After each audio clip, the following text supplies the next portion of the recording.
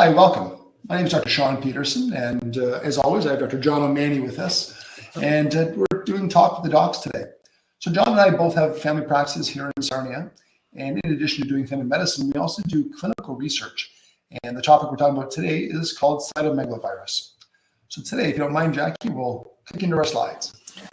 Okay, so what is CMV? This is actually our second talk on CMV, and it's something that's very important to us.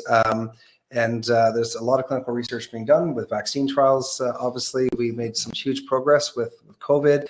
This is the studies that we're looking at is actually Moderna's study, but we'll talk to you about, first of all, what is CMV and why is it so important? So CMV stands for cytomegalovirus. And it's a very common virus that we see. We call these viruses or these infections a rite of passage. Most kids will, or adults will eventually get it. 80% of people by 50 have been exposed and have actually had CMV. So it's something that normal, healthy immune system you do just fine from. The issue happens when it gets passed on from a pregnant woman to the babies. And that's what we call congenital CMV. And that's why there's so much research being done with this virus right now. So congenital CMV, as Dr. Manning just mentioned, is when a pregnant mom either has an active infection with CMV or a reactivation of her previous infection. And that virus then gets passed down through the placenta to the embryo and causes mainly neurologic impact. And the most common symptom we'd see would actually be deafness in the newborn from CMV. But it can also include other neurologic, more advanced cognitive issues, and some motor issues, and then in some severe cases, it can actually cause death. So it's about 1 in 200 babes, or 1 in 150 babes, depending on which trial you look at, is born with impact from CMV. Yeah, so in a city like Sarnia, that could be 6 or 7 babies born per year. I've had a patient last year who was born with CMV, and one 3 years before that. So it happens, and unfortunately it can be devastating when it does happen. So when you look at what are the signs and symptoms, often a baby won't have many signs or symptoms, but there could be some things that just will actually give the pediatrician or the family physician reason to be concerned when the baby's born. It may be something just even looking at the baby. They may have a smaller head. They maybe have some neurological signs or symptoms. There could be an issue. They may fail their hearing test when the baby's born. They may be born with a fever, born with a rash if there's active disease. So there's certainly some signs and symptoms that you look for, and it's a viral screen that will be done. So it's sometimes it's not picked up till later. It's not picked up till they actually find out there's a hearing issue, and you look back and the mom may have positive antibodies and be shown to be positive for CMV. Mm-hmm. When we look at sort of clinical and laboratory testing and imaging, as Dr. Manning mentioned, many times when we get CMV infection, let's say as an adult or an adolescent, it's really just a common cold type symptoms, and we have our cold and runny nose for 4 or 5 days, and then it resolves. In the newborns, look at congenital CMV, we see here under the clinical findings that you can see that the babes are small for gestational age, meaning they're born with a sort of a smaller birth weight than we'd anticipate. The other thing you see is microcephaly, so that's a small head. So again, the head did not fully develop into the proper size. Hypotonia is a lack of tone, that the musculature of the baby, it's more floppy baby, the other term we hear for this, just that they don't have a good muscular tone. Baby has trouble feeding, has trouble connecting with mom to breastfeed. They may even in some cases have seizures. In other severe cases, if there's impact upon the liver, that can lead to jaundice or yellowing of the baby. Or we've also seen with some rashes we call purpuric or petechial rashes, which is the red dots that are oftentimes pathognomonic for a pretty advanced and severe lack of platelets, which can be life-threatening as well. Yeah. And then I thought, John, you might jump in there with the most common one, clinical finding that we oftentimes pick this up on. Yeah, so every baby in Ontario will have a newborn hearing screen, and often it can be picked up there if your baby has failed the screening test, and we look and do some more investigations. It may warrant doing some blood work on the baby as well to see if the baby's actually been infected with CMV. So when we talk about the rapid facts, it is very, very common. So we know this research is showing 1 in 150 children are born with congenital CMV. This is obviously very common, and it's something that we're hoping this will become a preventable disease. With the vaccine trials that are going on right now, we see if we can stop that. It's serious, especially for women, especially if you're pregnant. If you're young and you're healthy and you're not pregnant past your childbearing age, you may just have the common cold, as we were saying before. But certainly, children die every year from CMV in Canada. And that's the reason why this whole stream of research is being conducted. And the whole goal, as we see it from Moderna, the pharmaceutical company that's leading this effort, is to eliminate congenital CMV in much the same way they've eliminated other childhood illnesses. And the way to do this is through mass vaccination. So right now, teenage women and men, they get Gardasil, which is a vaccination against the human papillomavirus. But we're also wondering in the future, if we were also to immunize the women and men, again, probably grade 7 level as well, against CMV, and by the time they get into their 20s and 30s and are having their own children, the hope is that those children then would be free of CMV or drastically reduced in terms of that impact. So that's the whole concept of why there's multiple trials going on.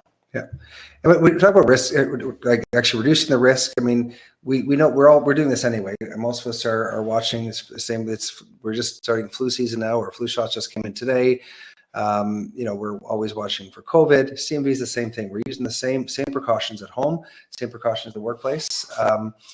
But again, is it enough? It probably is not going to be enough to stop the spread. I mean, we've been doing this now for a couple of years. We haven't really seen a big drop in CMV from the research. So really, as we know from all the research, vaccinations is the key to reducing the spread and reducing the actual prevalence in our community. And this is why we're really here today, just to talk and get people hopefully excited about some CMV vaccine trials that are going on. They're using it's Moderna, which is one of the big, as you know, Pfizer, Moderna, the two the first approved COVID vaccinations. So I guess Johnson & Johnson was the other one, but they're using the same technology, have moved right from COVID vaccinations into CMV. CMV is probably the hottest area of research being done after COVID right now. And we're very fortunate to be selected for 2 clinical trials that are ongoing in Sarnia. And there's not, we're one of 5 sites, I think, in Ontario for one of the trials. So it's not like we're very fortunate to be able to do this research locally. Absolutely. And we're very fortunate that those subjects, and we call them subjects, but of course those individuals in Sarnia Lambton that have previously volunteered for trials, it's only through their generosity and their altruism and donation of their time and their body and such, and providing information in terms of journaling, that's allowed these studies to continue, and it's the reason why we've been selected for ongoing trials. So currently, Blue Water Clinical Research Group is open to 2 different trials, and the difference in the trials, basically it's the same vaccination, but they have different monitoring periods and also different inclusion and exclusion criteria. But overall, we're looking for healthy volunteers, really from the ages of 9 to 40. That's the bottom line. Now, for women, it's 9 to 40. And this is basically, in study 1, which is on the left side of the screen, it's looking for those from 16 to 40 who are regularly exposed to a child under the age of 5. The idea here is that it's those children under the age of 5 that will oftentimes be the ones that are the carriers for CMV. So the study looks to vaccinate one part of the group, because there's placebo in this. So half the group gets vaccine, half the group gets placebo. Both groups are exposed to the under 5-year-olds, so that the theory is that they will be exposed to CMV. And the trial looks to measure over the length of the trial, which is just over 2.5 years. Do the women that receive the CMV vaccine, do they still hold their immunity at that 2.5-year mark? In this trial here, there's 14 different visits to the clinic. We do reimburse for time, but that's really just to cover off childcare costs and for parking and such. Trial 2, it's on the right side of the screen. This is a little bit of a younger age group. This is the 9 to 15 if it's males, and then 9 to 25 if it's females. A little bit of a shorter trial, only 1.5 years, but it's the same trial design. It's active group gets the immunization, placebo is the other group, and it's a comparator. At the end of the 1.5 years, does the group that got the CMV vaccine have greater immunity than those that did not get it, those at the placebo group? And again, there's more visits. There's more visits in this trial, but many are telephone visits, so pretty quick visits. Yeah. So when people ask, are these trials safe? Why would I do a trial like this? And the reason, every vaccine that comes to market, we did the Prevnar 20 study. This is out right now. This is actually replacing Prevnar 13. You know, we've done so many flu studies over the years, been involved with COVID vaccination trials. They're all Health Canada approved, you know, rigorous monitoring by myself and Dr. Peterson and our whole team here. And, you know, we really want to advance medical science. We need volunteers. We're hoping to be benefit to you as well. And, you know, these vaccine trials, especially the side effects people see, like the day you get your vaccine, some people will have some kind of mild flu-like illnesses, just like you do when you get your COVID shot. Sometimes you might have some local irritation, some redness on your arm, but pretty much it's what we'd expect to see. And, you know, we're really looking for the immunity and seeing if it offers benefit going forward. So our vaccine trials safe. That's why we're doing them, and this way we're monitoring all the side effects, potential side effects. And you know, just as a disclaimer, even though we say it's safe, it is still considered an investigational product, meaning that it's not yet approved by Health Canada. So as a matter of disclaimers, we have to say that yes, it's an investigational product. We can look back at other trials, look at the side effect profile, and when we look back, there's no major side effects of concern. One thing that I was looking back to see if we could see was we looked at the mRNA vaccine for COVID. We saw some myocarditis in some of the adolescent boys for the COVID-19 vaccine. And when I look back through the trials with CMV, although we haven't had the adolescent boys or men in a trial yet, there hasn't been any signals in even the younger age men, like ages in the 20s and to 25. So I don't think we're going to see the myocarditis issue that popped up with COVID-19. Yeah. And even then, that myocarditis risk, it was 1 in 50, 1 in 100,000 risk. Yeah. So much over risk. So overall, yes, it's safe, but at the same time, it is still investigational. Yeah. So we're hoping that there'll be some interest from the community. As I said, we've been fortunate to be selected for the trial. It only really, the success of the trial is getting our volunteers to come in and be part of it. And there's nothing binding. You can come in, we can give you some information on it. You know, you can take your time, decide whether it's the right trial for you or your children, and hopefully we can continue to advance our science locally. Yeah, and you know, some of the questions, if I'm asked, you know, if I come in for a visit, am I obliged to enroll in the trial? Absolutely not. You can always, you know, you can always say no, and you can always remove yourself from the trial. Sometimes, not necessarily with the vaccine trial, but with some of the medication trials, sometimes if we're noticing adverse events, we'll oftentimes put a pause on the investigational medication, but still keep the individual in the trial to collect data from a safety perspective. So no, we always do what's in the best interest of the patient first. Yeah. So we will, as you know, we do these talks once a month. Our next date, I believe, is November 20. Yeah, so I think it's November 23rd. Okay. I was a bit slow with the slides there, okay. Manny, my apologies. Yeah.